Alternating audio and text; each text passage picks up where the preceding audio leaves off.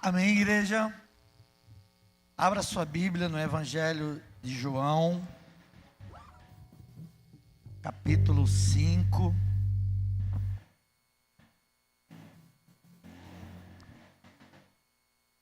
Evangelho de João, capítulo 5. Nós vamos falar nesse segundo culto, nesse tema, a sua dor tem cura. Amém? A sua dor tem cura. Coloca o tema, por favor. Júlio, né? Júlio. A sua dor tem cura. Amém, igreja? Você crê que sua dor tem cura? No primeiro culto eu falei, tenha esperança. Em João 16, 33. No mundo tereis aflições, tende bom ânimo. Eu venci o mundo. Sabe, irmão? Creia que a sua dor tem cura. Amém? A sua dor tem cura. Nada é impossível para o nosso Deus. Amém? Então, vamos para o texto. Do 1 ao 14. Diz assim: passadas essas coisas, havia uma festa dos judeus e Jesus subiu para Jerusalém. Irmão, perceba que Jerusalém era o centro, o lugar do culto, da adoração. Por que Jerusalém? Eu não sei se você já ouviu alguém dizer assim: olha, a primeira igreja que surgiu na história do cristianismo é a igreja católica. Não. A primeira igreja que surgiu na história do cristianismo é a igreja em Jerusalém. É a igreja em Jerusalém. Quando você lê, irmão, lá em Daniel 6,10, que Daniel orava 3 vezes por dia para a banda de Jerusalém, é porque em Jerusalém tinha uma igreja. A primeira igreja era lá em Jerusalém. Então Jesus, ele sobe para Jerusalém. Quando você lê lá em Reis, que o eunuco da rainha de Candace subia para Jerusalém para adorar a Deus. Porque era o lugar da adoração, o lugar do culto. Então Jesus, ele sobe para Jerusalém, para o lugar do culto, o lugar da adoração. Verso 2. Ora, existia ali, junto às portas das ovelhas, um tanque chamado em hebraico Betesda, o qual tem 5 pavilhões. O que significa o nome Betesda desse tanque, irmão? Casa de misericórdia. Casa de misericórdia. Agora pensa aqui, irmão, naquele lugar o nome significava casa de misericórdia, mas não tinha misericórdia. Não tinha misericórdia. Ninguém ajudava ninguém, irmão. Ninguém estendia a mão para ninguém. Uma multidão de doentes, de enfermos, de todo tipo, mas ninguém tinha misericórdia de ninguém. Agora imagine aqui, irmão, a igreja de Jesus ser pregado no púlpito amor, misericórdia, perdão e graça, e se de fato nós não vivermos isso, irmão, não adianta nada. Não adianta, irmão. Falarmos do amor e não amarmos, irmão. Falarmos do perdão e não perdoarmos. Falarmos da misericórdia e não usarmos de misericórdia. Só ter o nome, só ter a faixa lá, não adianta nada. Versículo 3. Neste jazia, vai dizer os tipos de enfermo. Uma multidão de enfermo. Cego, coxo, paralítico, esperando que se movesse a água, porquanto um anjo descia em certo tempo, agitando-o, e o primeiro, que era o único, que entrava no tanque, uma vez agitada a água, sarava de qualquer doença que tivesse. 5. Estava ali entre os enfermos, outro enfermo, há 38 anos. 38 anos. Irmão, olha aqui, você sabe que Jesus sabe o tempo do teu sofrimento? Você sabe que Jesus sabe o tempo da tua dor? O tempo da tua angústia? Jesus conhece o tempo. Jesus sabe o tempo. Não é desconhecido para o Senhor, irmão, o tempo da tua dor, o tempo do teu sofrimento, o tempo da tua angústia, o tempo da tua aflição. Deus sabe o tempo. Isso é maravilhoso, irmão, porque Ele conhece os dias da minha dor, os dias do meu sofrimento. Verso 6. Olha que lindo também, ó. Jesus, vendo deitado e sabendo que estava assim há muito tempo, perguntou-lhe: queres ser curado? Outra coisa maravilhosa aqui, irmão, é que Deus vê você numa multidão que ninguém humanamente consegue te enxergar. Você já pensou, irmão, diante de 7 bilhões de seres humanos no planeta, Jesus viu você? Está lá Crispim, Mamanguape. Aí salva Crispim. Diante de 7 bilhões, olha para mim, para você.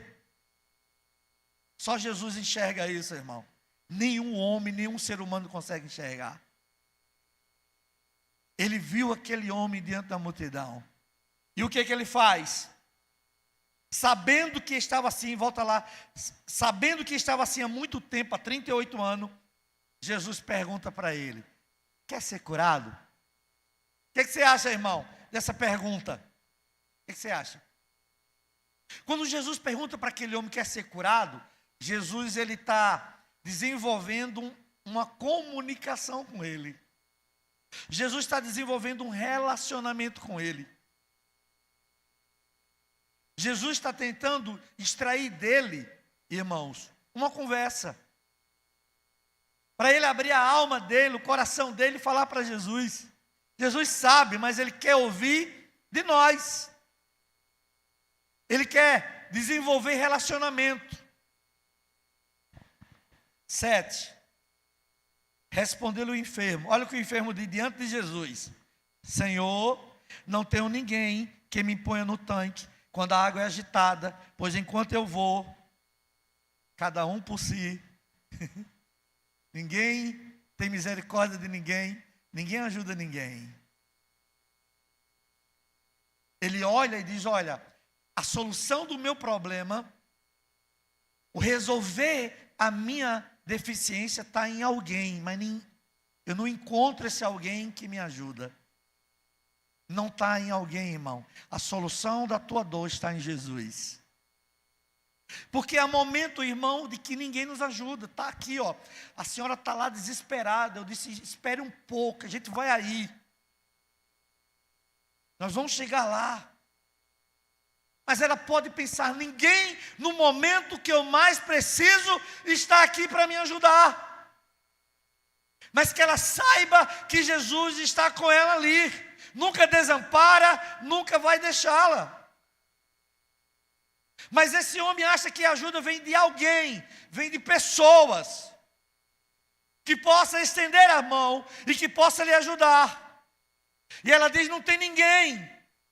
E quando a água é agitada, outro desce no meu lugar antes de mim. 8. Então lhe disse Jesus: levanta-te, toma o teu leito e anda. Levanta-te, toma o teu leito e anda. 9. Imediatamente o homem se viu curado. Irmão, tem pessoas que Jesus ele faz um milagre instantâneo. Tem outras não, que é um processo. Eu não sei por que ele faz isso, mas ele é Deus, ele faz como quer. Tem outra que imediatamente ele é livre, ele é liberto, ele é curado. Tem outro não, que é um processo. Por exemplo, Jesus colocou saliva no olho de um cego e Jesus perguntou: você está vendo? Aí ele estou vendo o homem como árvore que anda. Jesus de novo. E agora? Agora eu estou vendo. Então tem pessoas, irmãos, que é um processo. Outras não. É liberta, é transformada instantaneamente. Tem outra que vai largando o cigarro, vai largando a bebida, vai largando as drogas, vai largando. O outro não. Já rompe, sabe, imediatamente. Não fumo mais, não bebo mais, agora é servir a Jesus. Outra ainda fuma escondido dos outros, Jesus está vendo. Outra ainda bebe, Jesus está vendo. E Jesus vai transformando, vai libertando, irmão. Sabe? Mas como disse Eudiane aqui no texto que ela citou, aquele que começou a boa obra, ele vai terminar, porque ele é Deus. O homem se viu curado e tomando o leito, pôs-se a andar, e naquele dia era o quê? Sábado. Por que essa informação que João diz, irmão? Porque no sábado não podia fazer nada. Era o dia do descanso, sabate. Então, para o judeu não fazia nada. Não podia curar, não podia ajudar, não podia ter misericórdia, não podia fazer nada. E aí Jesus disse: eu sou maior do que o sábado. Eu sou o Senhor do sábado. Meu Pai trabalha até agora e eu também. Então Jesus cura toda hora, todo dia, não tem nada para ele, irmão. Entendeu? Verso 10. Por isso disseram os judeus, né? Não sei porque o povo não quer ver o povo curado, irmão. Não sei porquê. É sempre assim, irmão, o questionamento de alguém que foi curado, de alguém que foi transformado. Sempre questionamento. E eles disseram: hoje é sábado. Irmão, devemos nos alegrar com a vitória, com a cura, com o milagre do outro, irmão. Fica feliz. E não é lícito carregar o leito. 11. Ao que ele respondeu: o mesmo que me curou me disse: toma o teu leito e anda. 12. Perguntaram-lhe ele: quem é o homem que te disse toma teu leito e anda? Olha a resposta do homem. Mas o que fora curado não sabia quem era. Olha aqui para mim, igreja. Nós corremos o risco de sermos curados, de sermos transformados e não conhecer quem é Jesus. Você já pensou, irmão? A gente receber as dádivas, as bênçãos de Deus e não conhecer quem Ele é? Irmão, tenha cuidado, irmão, para você ser abençoado por Deus, ser um crente em Jesus, mas não conhecer quem é Jesus. Entende, irmão? Você dá uma olhada lá em Lucas 15, as 3 parábolas. Uma delas, irmãos, a dracma perdida é perdida aonde? Onde foi que perdeu a dracma? Aonde? Dentro de casa. Corremos o risco de vir na igreja, de frequentar a igreja e estarmos perdidos dentro da igreja. Perdido aqui dentro. Pecando lá fora, fazendo coisa errada lá fora, mas na igreja. E, irmão, olha aqui, no céu teremos surpresa. Você vai chegar no céu e vai dizer: meu Deus, fulano não veio não. Pense num crente lá na terra. Veio não. E fulano está aqui, que só a misericórdia de Deus, não está aqui. Porque corremos o risco, irmão, de estar dentro da igreja, mas perdido. Perdido, irmão. Sabe? Não sei quem ele é, porque Jesus se havia retirado, pois havia muita gente naquele lugar. 14. Mais tarde Jesus o encontrou no templo e lhe disse: olha, o que já estás curado. Não peques mais, para que não te suceda coisa pior. Olha aqui, irmão. A Bíblia diz que quando nós confessamos Jesus como Salvador, a Bíblia diz que Ele liberta a casa, tira todos os demônios, não é assim? Mas se eu voltar para o mundo a pecar, a Bíblia diz que vem quantos demônios agora? 1 vai buscar mais 7. Se 1 já faz uma bagunça, imagina 8. Imagina 8, irmão. Imagina 8. Pastor, o que é que eu aprendo aqui? A humanidade é comparada à multidão de enfermos, irmão. A multidão de enfermos é comparada com a humanidade. A humanidade está doente. O ser humano está doente, irmão. Doente. Primeira lição que eu quero tirar aqui. Primeira lição. A sua dor tem cura, sabe por quê? Porque Jesus se compadece de você. Por isso que a tua dor tem cura. Porque Jesus se compadece de você. Quando Jesus o viu deitado, irmão, ele se compadeceu. O que é se compadecer? É se colocar no lugar do outro. É pegar a dor do outro para si. A pessoa, irmão? Por isso que o profeta Isaías, no capítulo 53, ele diz que nele nós somos curados. Pelas suas pisaduras fomos sarados. E o castigo que nos traz a paz estava sobre Jesus. Porque ele se compadece de nós, irmão. Jesus viu esse homem, não como nós, que só conseguimos ver o exterior, a casca, o que está por fora. E o que está por fora, muitas vezes nos engana. Porque o cara está quebrado por dentro, mas rindo. E você diz, você está bem. Ele não está bem. Ele está doendo por dentro, mas consegue sorrir para transmitir para mim, para você, que está tudo bem, mas não está bem. Porque eu não consigo sondar a alma, eu não consigo sondar o coração dele, mas Jesus, ele viu aquele homem, irmão, não apenas a casca, não apenas o exterior, mas ele viu o interior daquele homem.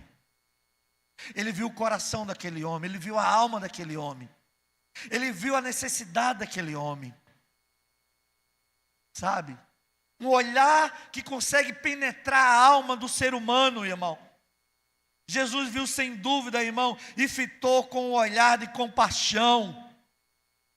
Jesus Cristo sondando a alma daquele homem. Jesus viu o homem e olhou para aquela vida com um olhar de misericórdia. Jesus veio ao nosso encontro, irmão, e abriu os nossos olhos, os olhos do coração, para poder confiar nele, enxergar ele. Como Jesus te vê. Ele vê de fato como você está. Como você está? Você está triste, chateado, está angustiado, está com medo. Jesus te vê assim. A tua dor tem cura, irmão, porque Jesus tem compaixão de você. Amém? Segunda lição. A tua dor tem cura, porque Jesus conhece o tempo do seu sofrimento. Eu trouxe aqui um livro, Caminhando com Deus em Meio à Dor e o Sofrimento, de Timothy Keller. Todos os livros desse pastor, irmão, são tese de doutorado dele. Os livros que ele escreveu são tese de doutorado dele. E aqui ele traz, na cultura e nas tradições, falando sobre o sofrimento, como cada cultura reage diante do sofrimento. Ele chega no cristianismo. Ele chega no cristianismo, irmão. E ele diz como é diferente a reação dos cristãos diante do sofrimento. Eles confiam em Deus. Eles dizem, vai passar, é uma fase. Deus está no controle, Deus está agindo, Deus está cuidando, Deus tem promessa. É impressionante, irmão. Como nós enfrentamos os nossos sofrimentos. Sabe? A nossa dor tem cura, porque Jesus sabe o tempo. E soube que ele vivia naquele estado durante muito tempo. Jesus sabia que aquele enfermo estava naquela condição lamentável há muito tempo. Há muito tempo. Jesus sabe quanto tempo você está vivendo essa dor que você não contou para ninguém. E muitas vezes não tem coragem de dizer para ninguém. Mas Jesus sabe o tempo da tua dor. Jesus é Deus onisciente, irmão, que sonda e conhece o coração humano. Ele sonda e conhece o coração humano.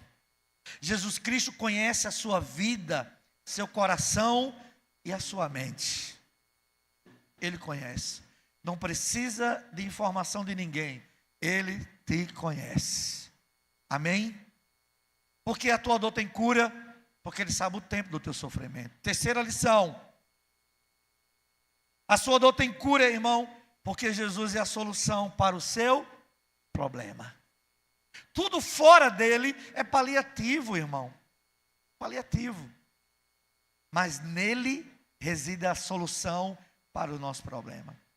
Olha antigamente como perdoava os pecados. Como perdoava os pecados antigamente.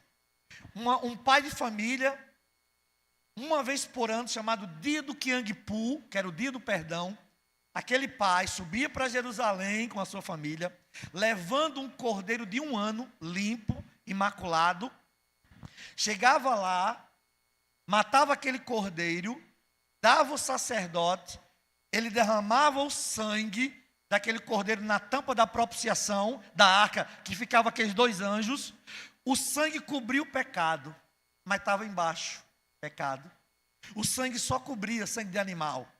Aí a Bíblia diz assim, na plenitude dos tempos, João, quando estava batizando, lá no capítulo 1, 29 de João, ele vê Jesus e diz assim, ó, eis o Cordeiro de Deus que tira o pecado do mundo. Não cobre, ele tira. Você já pensou, irmão, todos os pecados que você já cometeu, Jesus tirou todos os teus pecados. Já pensou, irmão, você ficou zero, livre disso? Irmãos, só Deus faz isso, irmão. Não existe ninguém. Só Ele tem a solução para os problemas da tua vida. Jesus lhe perguntou, você quer ser curado? Quer ser curado? A pergunta de Jesus também contém, irmão, uma promessa de ajuda. Quer ser curado? Pergunta destinada ao atrair a atenção do homem. Nesse caso, Jesus tomou a iniciativa. Foi Jesus que foi ao encontro do homem. Não foi o homem, foi Jesus. Irmão, Lucas 19:10 diz assim, ó, porque o Filho do Homem veio buscar e salvar o que se havia perdido. Foi Jesus que veio ao nosso encontro. Não tem como se perder não, irmão, porque Ele vai me encontrar de todo jeito. Ele te encontrou de todo jeito. Não tem como, irmão. Se perguntar para muitos aqui, você queria ser crente? Ele vai dizer, Deus me livre, não queria não. Eu queria estar na festa daqui a pouco, dia 26. Não vá não, irmão, se você é crente, não vá não. Eu queria estar na festa. Eu queria o forró. Queria estar bebendo, me prostituindo, indo para os motéis. Mas Jesus veio ao teu encontro. E disse, você é meu. E não tem ninguém, nada que separe você de Jesus. Então foi Ele que tomou a iniciativa. Jesus Cristo, irmão, Ele dá 3 ordens àquele homem enfermo. 3 ordens. Primeira ordem que Ele dá. Levanta-te. Levanta-te. Irmão, olha aqui. Não continue prostrado diante da sua queda. Levante-se. Lá em Ezequiel 2, verso 1, Jesus diz assim, Ezequiel, levanta-te e resplandece, porque o Senhor quer falar contigo. Levante-se, irmão, e caminhe em direção ao Senhor. Não continue prostrado, caído, não. Levante-se em nome de Jesus. Segunda ordem, toma o teu leito. Toma o teu leito. Ele vai levar esse leito, irmão. Por que ele vai levar esse leito? Esse leito aqui é tipo uma cama de palha. Sabe aqueles colchãozinhos bem fininhos de palha? Se eu perguntar uma coisa aqui, eu acho que ninguém... Porque tem gente mais velha do que eu aqui, irmão. Tem uns 53, tem gente mais velha aqui. Quem na época já dormiu em colchão de palha? Quem já dormiu em colchão de palha? Já, Jerel? Tu novo? Eita, olha aí, tá vendo? Vocês novo aí, ó, que dorme em colchão de mola, que tem controle lá para dar massagem, os pais de vocês dormindo em colchão de palha, pensa num negócio ruim, pensa num sofrimento. Deitava aqui, baixava, eu para o outro lado, a mulher só faltava pular. Colchão de palha, irmão. E vocês, uma mordomia acha ruim. Porque ele vai levar, irmão, o leito. Qual é a lição de levar o leito? É para ele lembrar de onde ele saiu. Meu irmão, não esqueça de onde Jesus te tirou, do lamaçal de pecado, das trevas, da escuridão, da opressão de Satanás. Você era escravo, Jesus te libertou. Não esqueça de onde ele te tirou. Não esqueça, irmão. Toma o teu leito. Terceira ordem. Ande, irmão. Fique parado não, ande. Caminhe na presença dele, fazendo a vontade dele, fazendo missões, pregando o evangelho, testemunhando. Ande. Caminhe, meu irmão. Deus é contigo.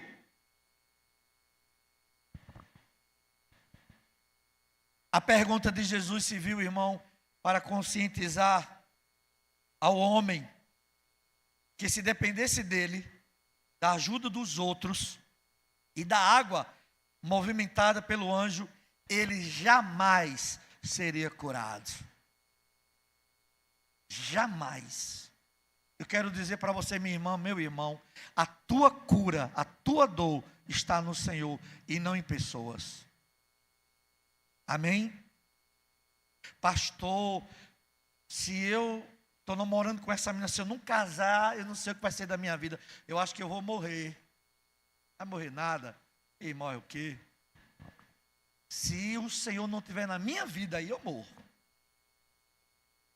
Aí eu vou morrer.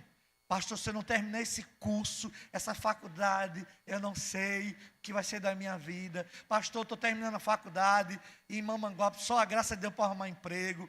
É verdade, né? Mas Jesus tem cuidado de você. Amém? Jesus tem cuidado de você. Jesus faz uma pergunta ao homem. Qual a pergunta que Jesus faz ao homem e faz para mim e para você? Você quer ser curado? Você quer ser transformado? Você quer avançar nas coisas excelentes? Hein, irmão?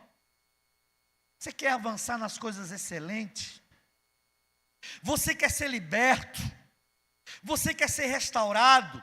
Você quer ser amado? Jesus quer amar você, irmão.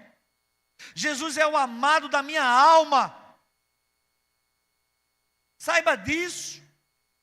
Ainda que a sociedade ou pessoas, você perceba ou sinta que ninguém te ama, Jesus te ama. Eu já disse isso para a minha vida, para a minha alma. Quando eu me mudei de Bahia para Santa Rita, tinha um grupo de irmãos que se reunia da primeira igreja batista de João Pessoa, Estevão, numa casa. E eu fui lá no encontro, eu e Gorete, já era casado.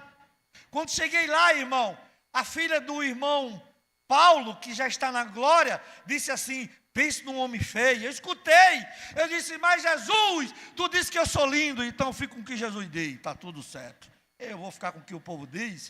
O povo diz tanta coisa negativa para a gente, irmão, que a gente não vai conseguir, que a gente não vai vencer, que a gente não é nada, não vai chegar em lugar nenhum. E Jesus diz: você é vencedor. Escuta o que Jesus diz. Então, se teu marido diz alguma coisa, não escuta não. Perdoe ele. Vamos lá. Qual é a aplicação para a minha vida, irmão? Primeiro lugar, a pergunta da graça de Jesus na nossa vida. Você quer ser curado? Não importa quanto tempo você está sofrendo, Ele tem poder de curar você. Não importa o tempo. Irmão. Quanto tempo eu carreguei na minha alma, irmão? Quanto tempo eu carreguei na minha alma, vendo a imagem do meu pai batendo na minha mãe. Nós somos 5 filhos, irmão. Eu sou o segundo. Berenice. Olha, não sei onde minha mãe arrumou o nome dos meus irmãos e o meu nome. Olha como é o nome da minha família. Berenice, Berenildo sou eu, Berenilda, Benilson e Bernardo. Mas tudo no B. Eu digo, pensa no nome.